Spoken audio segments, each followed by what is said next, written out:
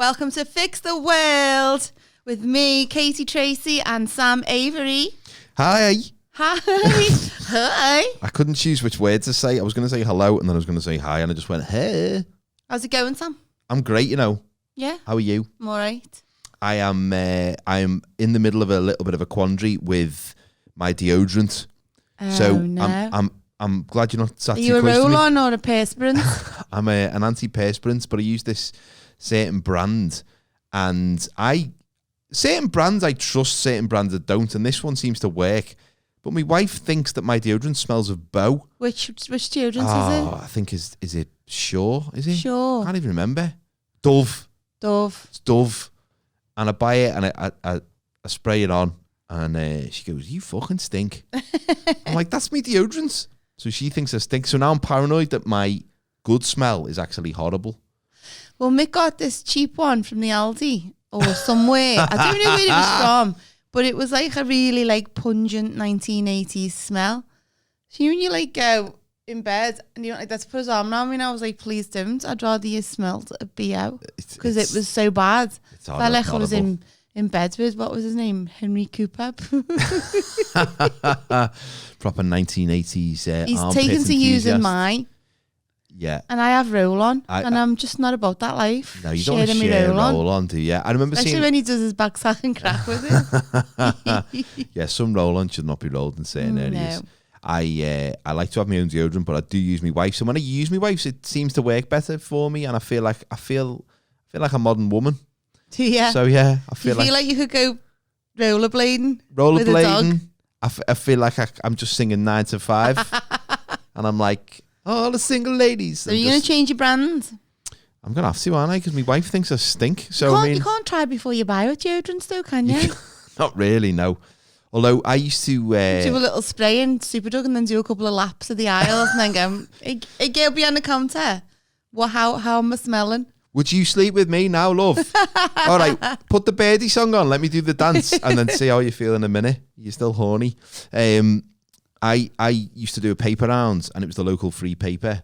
So it was looked at with scorn by a lot of the people I delivered the paper to because they didn't actually want it. Did you actually post it? I posted it. I used to have this system where I'd miss out a certain section of roads every week so they wouldn't miss 2 weeks running, so they would never complain. It was like high-tech criminal mastermind stuff. But I was on a lot of money for a kid. But anyway, a lot of the money came from the free samples that you get. So me and my dad just used to steal them. We just wouldn't deliver them. What were the free samples of? Shampoo. Yeah. Sachets of shampoo. Ooh. Timmy teardrops. Like sort of, what do you call it that you put in the bath? Like soap. Baby soap. Baby soap. Baby soap that my dad stole. Now, I'm 43 now. I stopped doing that paper round when I was 15, I think. He's still When did he stop bathing you? He's still... Well, it's just been Christmas, and it's a little tradition we have. I go home and they bath me. Just like the old days. So Mick's brother had a paper round. This is quite psychotic behaviour, and I'm not going to say his name, but if you know us, but it's Mick's brother. It's Mick's brother. But he did this paper round, and did it for ages. And at Christmas, this one house didn't give him a tip, so he went and picked up a dog turd with some newspaper and put it through the letterbox. To me, that's like the origin story of a serial killer. Can I give you my opinion on that story as somebody, as an ex-delivery boy, somebody saw action, saved your time, saved me time, and boy, you wouldn't know, man, you weren't there. The people who don't tip you, I can understand that behaviour, putting a dog turd through a letterbox, because I got tips, but what used to happen a lot of the time was someone would see that a paper had been delivered, call me back down the path. Oh, it's Christmas, come and get your tip. When I get to the doorstep, they'd say, oh, you're not the Liverpool Echo that I pay for and order and want and read. You're the local shite rag that's full of adverts and stories about bins not get emptied. The McGull Reporter or McGull something? Star, it was called. It's now the McGull Champion. And then one fella gave me a £5 and then took it back out of my hand when he realised what paper it was. So he's lucky I didn't know Mick's brother. He didn't get dog shit through the letterbox or then? Human shit. Human excrement. Or bits of human. His own family. Have that, you bastard. But so I'm gonna sort me pits out. So I don't think I smell. It's good to have a plan. I think live on air sniffing here. Yeah. I think it's all right. One day in the future, not too far away, we will have smell-o-vision, so you'll be able to...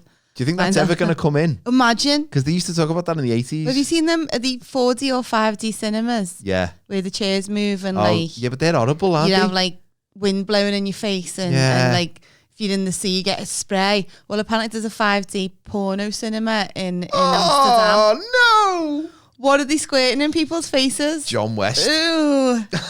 Someone just opening Yak. tuna in front of you. Oh, God. But imagine going to Amsterdam and going, well, I'm not going to get laid while I'm here, so I'll go to a 5D cinema. It's like, it's the saddest thing in the world. That is sad, isn't it? But part of me would really like to go. I won't tell you which part. Hey, my diary is open for bookings. Any promoters listening? Speaking of which, what happened to me on Friday? Oh, tell us all about that. You have mentioned it to me, but please. I was at a gig, and at the end of the gig, some of the audience members come up, a couple, and invited me back to their house for a threesome. And what was the breakfast like, Kate? So how did they approach you? Because firstly, as a comic, let me disclose this. I was jealous that you got offered that because that suggests that you've done a cracking job at the gig. I have never been offered a I threesome whipped at them a up show. into such a frenzy. I made them giddy. The laughter just tingled down the spine and into the nethers. And the little sexy came out. No, at the end of the show, I was just like wandering around, just chatting to people. Sometimes you feel like a knobhead doing that because it makes you feel like you go and you want to do it on purpose so people look up and go, oh, you're really great. So I hate that. Sometimes it's nice though, isn't it? Sometimes, you know, when it's like cash and you're waiting to get paid. So you come off stage, but then you're waiting for your wages. But it looks like you're waiting for people to like go, oh, you were great. Oh, I'm a big fan. And normally you got to wait by the door as well. Like it feels a bit like a wedding because you're waiting there by the door and you're just waiting for your money so you can get in on the your car own, and go. and you don't know anybody. So, but at the end of this night, I'd had like some chats with some, because I was the MC, so I was at some chats with some of the audience, and then at the end I was like going up to them going, oh, but you know, thanks for being you.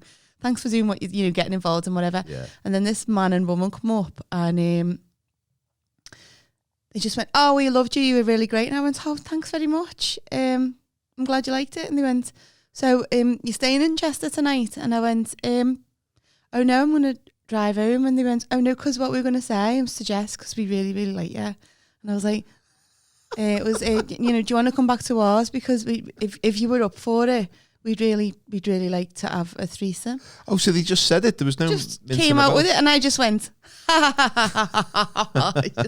bants. You know what I mean? I was like, this is just a laugh. You're taking the piss, and I was like, oh, no, I've got to drive home. Got to, you know. And they were like, but we really would.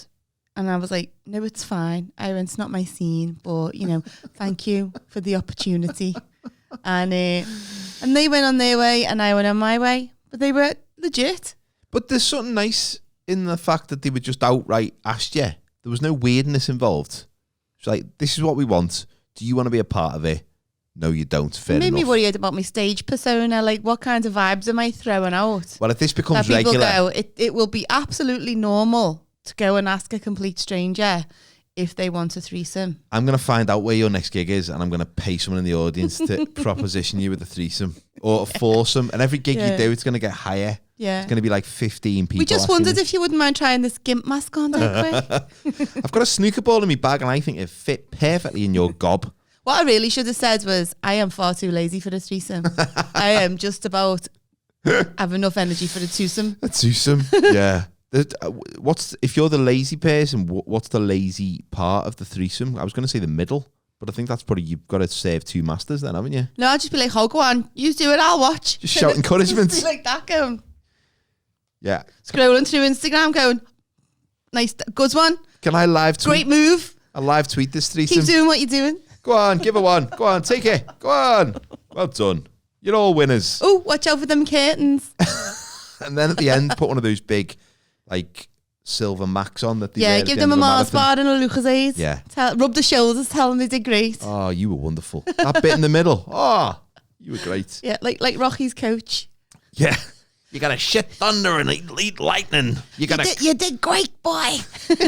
You caught the chicken. I've never been offered a threesome in a gig.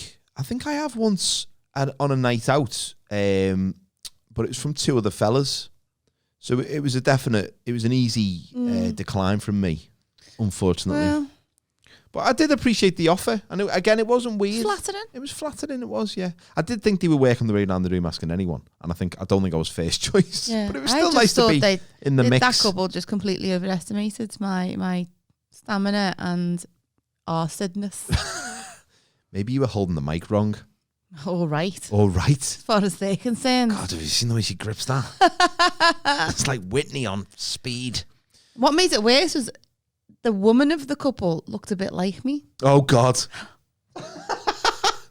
So they could have just gone home, put a mirror next to her, and he could have just had it with both of them. Could have been dangerous. Could have been. Yeah. I went out with a girl once on one date who looked like me. She looked like me. Did she? She looked like me. She wasn't bald. This was before baldness. She had long hair. I mean, she was gorgeous. She looked like me. No, she wasn't gorgeous. She looked like Is this me. like that film where that man has multiple personalities? If Josephine's not happy. well, it just put me off because Josephine doesn't want salted popcorn. what film's that? No, what? I don't know who the woman's name. With the James McAvoy in. Oh, him. Yeah. And it's called Split. Right. Okay. Yeah. And he's just like, he's completely overacting as each character. Oh, yeah. I think if you're playing someone with multiple personalities, you've got to have that differentiation. Anyway, forget about that. I digress. Tell me about the date with the female version of you. Well, I couldn't work out who she reminded me of for ages. I was like, she reminds me of someone. Who does she remind me of? She's so sexy. Who does she remind me of? Is it someone I used to work with? No, it's not. Is it? Is it that? Is it that girl I went to school with? No, it's not. And it was only after about 3 drinks, I was like, oh my God, she looks like me. It was the nose and the eyes and the mouth and the ears. And then, so I never saw her again, unless I looked in the mirror. But if you're watching, keep looking beautiful. This is in keeping with our what we're going to fix today. It is. We should probably explain, if you're the first time listener or viewer to the podcast, this is Fix the World. Hi, welcome. Welcome nice aboard. Join the revolution. Nice to share. Every week we fix something that's wrong with the world. And if I said if you're listening or you're watching, because I know most of our viewers, most of our listeners, most of our audience, let's get the words right, listen to us. But we are growing on YouTube as we speak. And I know I'm getting messages from people saying they're transitioning over from listening to watching on YouTube. So if you're out there and you want to look at us, feel free. Hashtag no threesomes. And then if you there is a caveat though to saying things that are wrong with the world that we want to fix. Things that may not actually be wrong with the world that we can't actually fix, but we give it a go. There's a lot of that. Someone did ask me. It a go. That's all we can do. Someone asked me, what do you do on your podcast the other week? I was on the radio and I said, well, we fix things. And he said, oh, have you been successful so far? And I was like, I don't think we've really fixed anything. I think we've come up with a few solutions. We haven't put any of our theories into action. That's true. Maybe that's a different part. Where probably a lot of admin that would get us to that point. We're all about the theory. Yeah, we're ideas people. We're dreamers. What do you want? But we're going to fix something this week. What are we going to fix, Kate? Fixing Valentine's Day and everything that encompasses here in the Avaware Pod Studios. Who house us. Who give us this home that we can record in, and give us these chairs recliners, recline back. Which I think if I recline, I don't think I'd be able to get back up again. I think I'd properly roundhouse kick that coffee table over if I reclined in this chair. And you'd see that on YouTube. But Valentine's Day is something that I now give less than 2 shits about, because I've been married for many years and we decided a long time ago to just kick it in the balls and not bother doing it. I've never really bothered with it. You never bothered with it? In school. Oh, right. Like when you're in school, it's different because it's like the way you go, oh, I wonder if the lad I fancy will get me a card. Inevitably, that never happened. Did you ever send cards? We'd have exercise books filled with verses that we'd written, little poems. Here's one. Here's a classic that I always remember. Is it mucky? Yeah, a little bit. It's one of them ones that you'd add in your textbook, but you'd never put in a card. Yeah. Because you were like 13. But it was, if I was a polo, I'd split myself in 2. I'd give the halves to anyone, but I'd save the ill for you. That's a kind of like example. That's saucy, but also it could just be about giving yourself rather than you know. Oh yeah, I don't think that's what it meant. I give my whole for you. Yeah, anybody who's from like went to school in like the late 80s, 90s, you will remember having these books filled with poems. Filth. And some of them were filthy and some of them were sweet and some of them were cute, but they were all just bullshit. They were all crap, weren't they, really? We were brought up on a diet of sweet dreams romances. Yeah, the 80s, wasn't it? Yeah. The 80s when everything was in that glossy filter, wasn't it? That those dream sequences, that's what they kind of... Yeah, all fuzzy all around the edges, thinking that the lad of your dreams was going to give you a box of chocolates in a heart-shaped box. In slow motion. Hold your hand and you get butterflies in your tummy and wander off into your perfect future together. Yeah. Only to realise you get to your 40s and all you seem to do is wipe piss off the toilet seat. My image of love when I was a teenager was based on the Karate Kid movie where Daniel goes out with the girl, I can't remember her name, and they go to like some... Ali. Is that a name? Yeah. And they go to... I don't know where they go like bowling or something, and they walk around and they do all this stuff and they hold hands and then they have a little kiss. And I thought that's what it's going to be like. But really, the first girl I ever got off with, like, kissed. We were at a roller rink in Maghull. And she sort of twatted into me, and then I twatted into her and knocked it over, and then she knocked me over, and then we sort of got chatting. Yeah, that was how you knew a lad fancied you. Give you the dead arm and Yeah. lats. You were like, oh, aye. A little bit of violence. Yeah. Meant with love. Can't wait this protractor now, but it got me. You know, I think like American films like give us all a wrong and silly impression of what romance was, didn't it? I think a combination of that and music as well. Yeah. They give us this like sense of like perfection and just this grass is always greener and it's all going to be perfect and fairy American tale. kids used to go to like the drive-in movie because they used to all drive when they were 9. Yeah. And they'd go to a drive-in movie or they'd like go on a beach date or they'd like be at the fairgrounds and it'd be all like candy floss. And really, if you went on a date in Kirby with the lads, it just involved sitting in a bus stop for 4 hours. Yeah. Until your bus came. And then the last 10 minutes before the bus came going, right, where can we go where no one can see us so we can have a little neck? That was love, wasn't it? But it wasn't what my interpretation of romance should have been. Those films as well always make it look like when they have a spring break party or someone's parents are away, they have the keg and they have the little cups. They're all drinking. The red cups. They're all jumping in the pool. But then they're all also having normal conversations and approaching people. And someone's mum and dad went away when I was a kid. We'd all go round and within about 8 seconds, someone had broke the dining room table and the goldfish were all on the floor and we'd all just fucking leg it.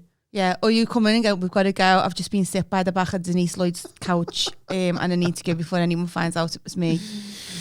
Yeah, the police are coming, leg it. It's not really romantic, but did you ever send Valentine's cards yourself?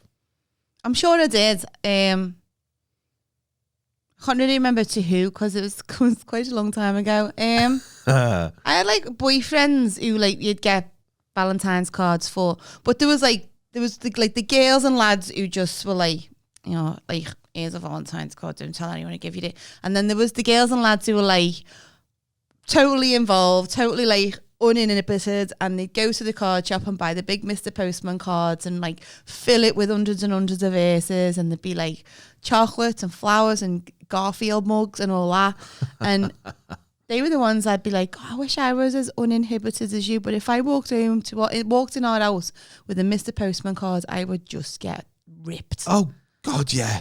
There's something to be said for having inhibitions, isn't there? Some people have got no inhibitions and they end up asking people for threesomes, don't they? Yeah. Them ones who, like, in the showers in PA, everyone was trying, like, for nobody to see them. And there'd be that one kid who'd just be, like naked. That. Yeah. Yeah, I've got pubes. Asking everyone if they wanted a game of off-ground tick. Check out my massive balls because I'm only 12. Did you ever send Valentine's cards? I sent one unrequited to a girl in school who I had this mad crush on for about, felt like ages, probably 2 weeks. And then, she, I sent her the Valentine's card. No reply. It was anonymous as well. So she wasn't ever going to know it was from me. And that was the end of it. I never received one, ever. I think my mum might have got me one when I was about 11 and it was just a bit of a joke. I think I give my Sam like little anonymous cards. and then put them on the floor by the door. So I wasn't sending them by it with a stamp. You know what I mean? It was stupid. I'd be like, ooh, there's a card here for you. Ooh. And then it just seemed a bit weird after. It is a bit weird, isn't it? Yeah, from your mum. But because he never sent me one back, so I was like, we didn't talk for a while. Selfish, innit? It's awkward. It's awkward. But then I got stood up on Valentine's Day once. Oh. And by my girlfriend of like 2 years. And it turned out she was in like another pub with another fella.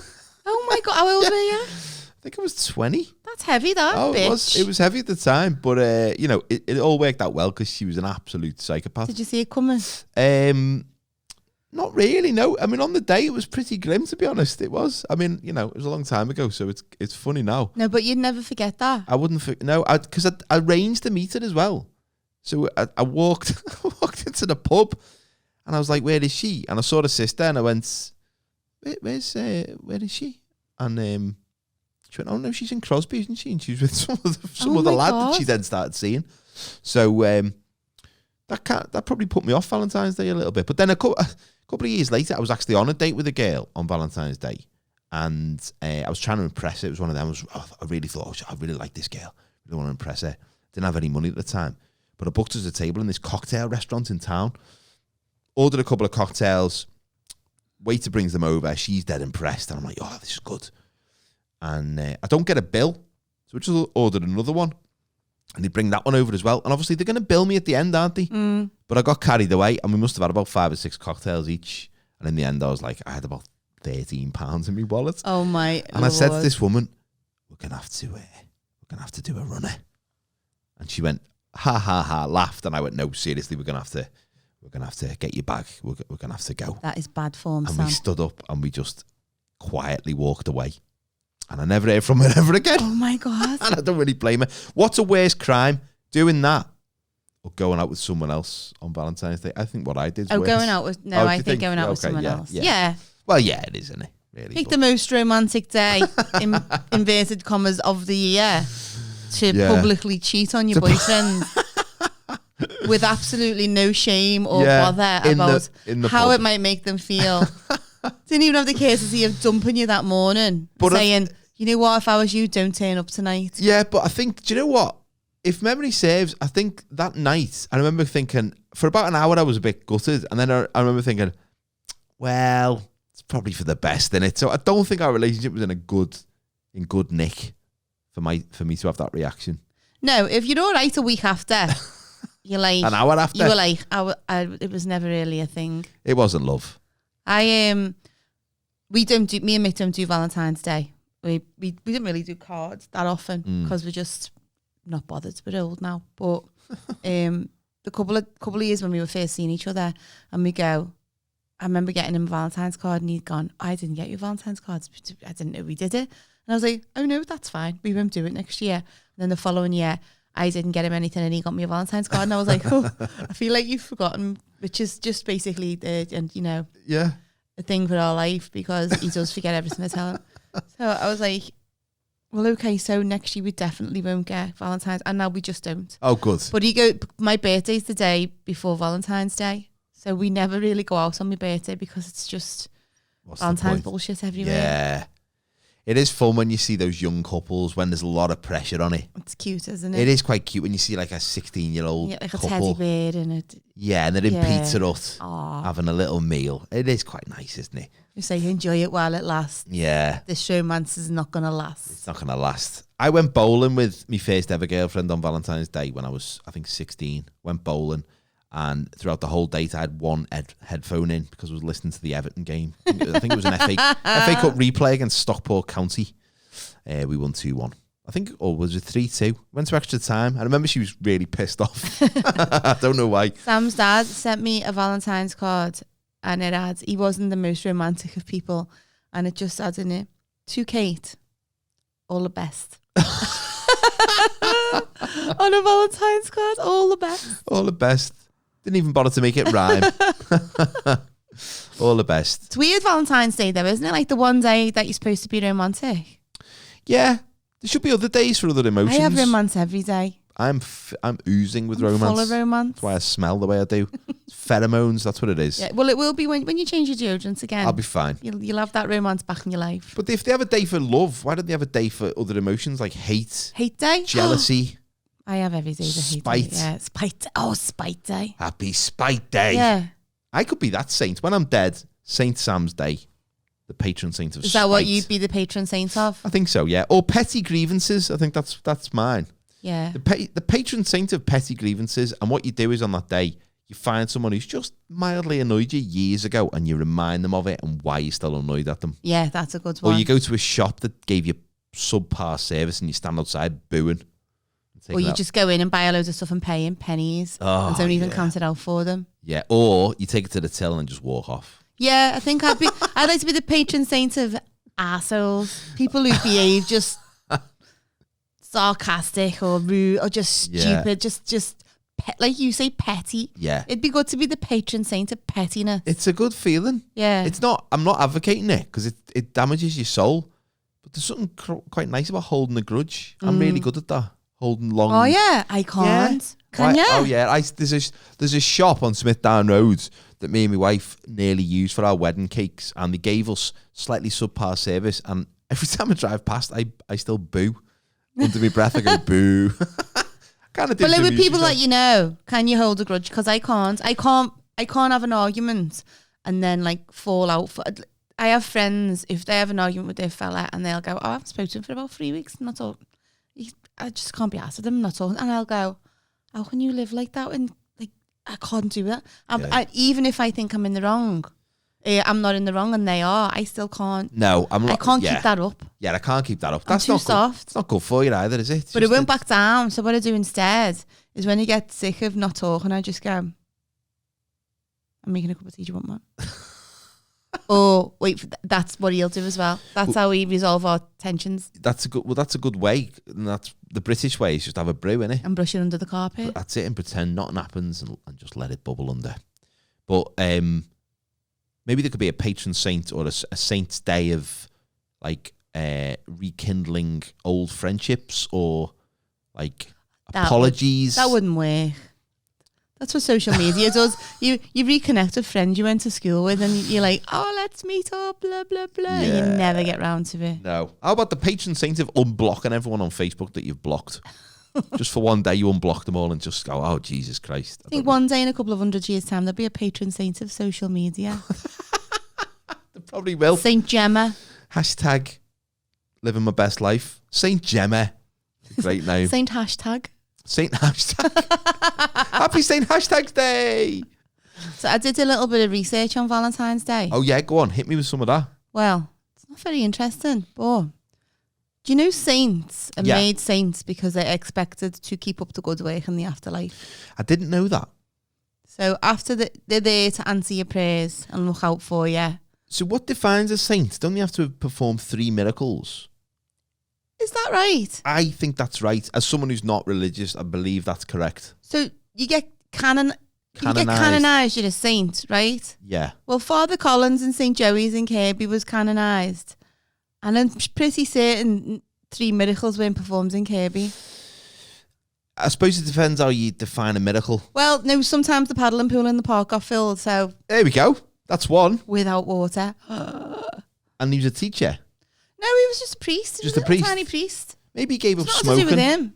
And he was under a lot of stress. That's a miracle. But yeah, to be a saint, you have to be canonized when you're still alive. And he was canonized. Maybe he is the saint of Kirby, patron saint of Kirby. Patron saint of Kirby Baths. Yeah.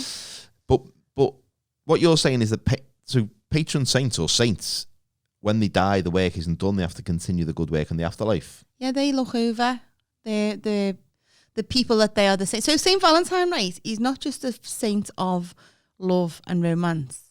He is also the saint of epilepsy, the plague, the saint of the plague. I didn't know these things had saints. No, when I was reading, it said he was a saint of travel, but that's Saint Christopher, isn't it? Yeah.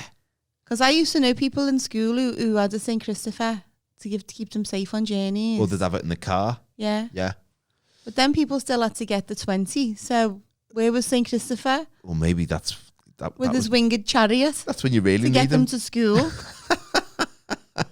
when they were forging the save away. I'm gonna need more than a saint with me today. I'm 17. I think it's a lot. It's a lot to take on. I wouldn't want to be a saint, would you? Well, would a saint of one thing? Not multiple things. That's like job share, isn't it? Two really big ones: the saint of love and the saint of the plague. Like, fucking hell! Yeah. When do I get a day off, God? I know. It's hard enough to wear one hat. Now you're asking me to wear several. Yeah. And jump around doing all these things. What? And funny hats at that. Make me the patron saint of admin. But this is a nice fact about St. Valentine. He was, so in Roman times, the emperors ruled that soldiers couldn't marry because they said soldiers made better soldiers if they were single. Right. And St. Valentine's was a romantic, so he performed secret wedding ceremonies for them so they could marry their sweethearts. Oh. When you say secret, do you mean they didn't know they were getting married? I don't know. Maybe he had like a little like... Just wake up and he's married you to someone. You're like, fucking hell, I don't even know who she is. What? You want to get married, but you can't? Yeah, come round to ours. Yeah. Come round to ours. I'll marry you. That's like, you always know someone in the pub who goes, no, but I can dry line a wall. And there you go. And I want to get married, but I can't. Some fella in the pub. Yeah, I'm ordained. Yeah, I'm ordained. I've been ordained for years. What? You've got the plague? I can see to that. St. Valentine was basically the pub blagger. He was. You need batteries. I've got batteries here. Batteries. You want Sky Sports? I'll hook you up. Yeah, I know a lad who does the dodgy cable. You need some booze? St. Christopher's just gone to France. He's got a truck full. St. Valentine was the ultimate blagger then, wasn't he? Yeah. But there's something quite nice, or there's something quite... Of all the saints, that's like the sexy one, isn't it? You're the patron saint of love. But then you find out it was the patron saint of the plague and the patron saint of epilepsy, which is... And ironically, do you know what was invented on St. Valentine's Day? What? Penicillin. Penicillin. Which is really good for... Curing gonorrhea. Which is the lovely... That's the most romantic Valentine's gift you've ever got. It's probably the worst gift I got on Valentine's Day. What? You've got Noprot. Happy Valentine's Day. Do you know, back in the day, STDs must have been just a horrible way to die, because a lot of people must have just got them and died. Well, people who got gonorrhea used to lose their mind, didn't they? Yeah, because it used to poison their brain. Yeah. So it's mad, isn't it? That I mean, so many people must have been walking around riddled.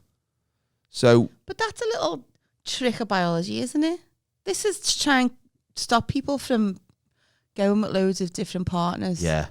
But you would think that nature would dictate that you should go with multiple partners, because then you're propagating the species with loads of different ingredients instead of just the one set of ingredients constantly. So you'd think that instead of like giving you gonorrhea, it would reward you sleeping around. Give you gonorrhea for staying with the same person. Listen, love, I'm thinking about moving out because I think I'm getting gonorrhea. Yeah. Look at me mate Dave, he's been sleeping around. Yeah. He was bald last week. He's got a full head of hair now and his cheekbones look immaculate. It's time for us to split up because your dick stinks. Yeah, I think of all the STDs, that's got to be up there with one of the bad ones. Although I suppose other ones kill you quicker. But yeah, happy Valentine's Day, everyone. Valentine's Day. What's the most romantic present you've bought someone, Valentine's or not? I've got jewelry made. I got jewelry made for my wife with like a little engraved message on. Oh, that was quite nice. The wedding ring, the engagement ring. Is it saying dead tiny letters? I'm so glad you're not the girl who looked like me. Yes, stay looking different, baby. The engagement ring I got for my wife, I got custom made by me, not by my friend, but he got it made in the Middle East and then brought it over because it was like half price. Oh yeah, does he like just? Well, yeah, I don't know. Under the radar. I don't know what they did, but I think his missus had to wear it through customs like it was hers. That was romantic, I think. But then it depends on context and how old you are, because when you're 17, I took a girl to the Little Chef on Valentine's Day because I was in a band and we were doing a gig in London on Valentine's Day called the St. Valentine's Day Massacre. Oh, cool. It's a heavy metal gig in the LA2, the London Astoria in London. And I said to her, right, we can go for breakfast though in the Little Chef. And that sounds shit. Because we were 17, it was actually dead romantic. Oh, that's nice. We had a brunch or breakfast in there. It was nice. What about you? Are you romantic at heart? Not really. Do you like people being romantic towards you? I appreciate nice gestures. I sound like a miserable bitch. I am. You know, you all, if you listen, you know I hate Christmas. You know, the only thing I like is Halloween. Yeah. But I appreciate nice gestures. I think this is a romantic gesture. So we got a new mattress about. This is not going where you think it might be. But we got a new mattress about 6 months ago. And I just, for the life of me, I cannot sleep on it. It's brand new. I'm just like, it's so uncomfortable. Is it hard or soft? It's too hard. Oh, I like a hard one. So it's just me. For now. And that's why I agreed. I was like, well, I'll compromise. I'll get like a firm one. Yeah. And then I can't get to sleep on it. So I just said last week, I'm going to have to. I'm moving out. This mattress is just, I'm not sleeping. And he went, we'll go at the weekends and get a new mattress. Even though this mattress was only 6 months old.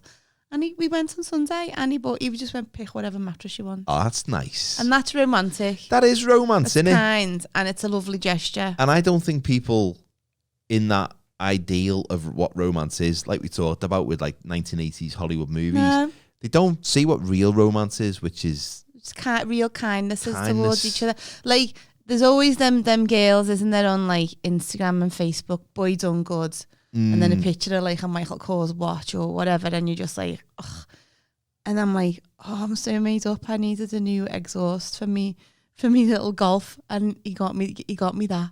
That's what you need. That's like, I got that for Christmas once, and I was like, please, because I needed it. That's what you need. And I don't really wear jewelry, and I'm not like a thing about. I'm not really like materialistic about stuff like that. God's all night, Jesus. Probably canonise me next. Saint Kate. But I was made up to get that. And then I remember my mate coming round and going, what did Mick get you for Christmas? And I went, he got me a new exhaust. And she went, I would go fucking mad. And I went, I was actually made up. No, if you... Save me buying it. If you need one. Now listen, if you don't need one and he buys you an exhaust... That's weird. That's a shit present. Because I wonder where he's intending on installing said exhaust. Exactly. Is this an avenue we want to go down? Is this some kind of sex exhaust? Is the patron saint of sexy car parts. You can't get better than a quick fit fitter. Or if he needs an exhaust and you don't, and he buys you an exhaust and you say, I don't need it, and he goes, oh, that's weird because I do. Nice one. What does this exhaust represent? What have I got to do in return for an exhaust? It represents the toxic fumes of our relationship that need to be ejected into the air. You better look at my catalytic converter next. Look under the hood, baby. Another time when I was with another boyfriend, we were in a restaurant that we always used to go to, and I really loved this painting on the wall. And as a surprise, he bought it off the restaurant for me. Oh, that's nice. That's cute, isn't that's it? Nice. That's a nice thing. Was it the dogs playing snooker? Yeah. It was a laminated menu, actually. But it's very wipeable. Oh. Not like a laminated picture of macaroni cheese. They've got to be. Those menus, when you know those restaurants where they sell every type of food from every type of country. Don't trust them. And you've got pictures of them all, and it's not even good pictures, and it's all faded in the light, and the laminate's all wiped. Remember that Red Hot buffet place? Oh, Jesus It sold every nationality of food, and then you just walk in, it just smelled like chip fat. Just smell like too many choices. There was a group of people at the gig on Friday night, and 2 of them were from Kosovo. I think 3 of them were Italian. 1 was Polish, 1 was Greek. And I'm chatting away, and as I'm talking to them, they're just eating bags of like beef crisp. And they're like going, do you want a crisp? And I went, yous are from countries that have the greatest cuisine in the world. And I've never seen so many packets of crisp in one group in my life. And I know about crisp. And they went, but we don't have beef crisp where we're from. And I was like, God. Oh, God's help you. You always want what you can't have, even if it's beef crisps. Here's the former Yugoslavia separated by war. And he's going, we never had beef crisps. And that's why. And that's the thing I feel sorry for him about. Yeah, genocide. Mad that. I was watching the Arsenal the other night, and along the hoardings it said, visit Rwanda. Yeah, that's very popular, That's mad, isn't it? And I'm not going to. I'll be honest. I've seen that of it. I feel bad going to somewhere that was formerly war-torn and ruled by, that kind of, like with genocide across the masses. Yeah. What, like, on your holidays from Rwanda, sat in a bar going, ooh, pint of lager top, please. Have you got any beef crisps? Sorry about all the massacres. We do not have beef crisps. That's why the war started. I don't, I'm sure it's nice that it's regenerated and stuff, but I'm just sitting there thinking it's a bit too soon for me in my head. I don't like the tone of that advert. It doesn't say, why not visit Rwanda? It just tells you. It's a threat. Visit Rwanda. Yeah. And there's a full stop. Brackets, knobhead, close brackets, or else. But Rwanda, they do a lot of that human safari, don't they, in places like that? What is human safari? It's awful. It's got to be one of the worst things about humanity. Sounds like a Channel 5 show. Yeah. So you get on a, like a truck like you would do in a safari, but instead of going around and looking at zebras, they take you around all the poor areas and you kind of... Oh my God. You look at this deprivation and look at that. That is like Channel 5 then, isn't it? To be honest, there's a lot of bus routes you can just take in Britain.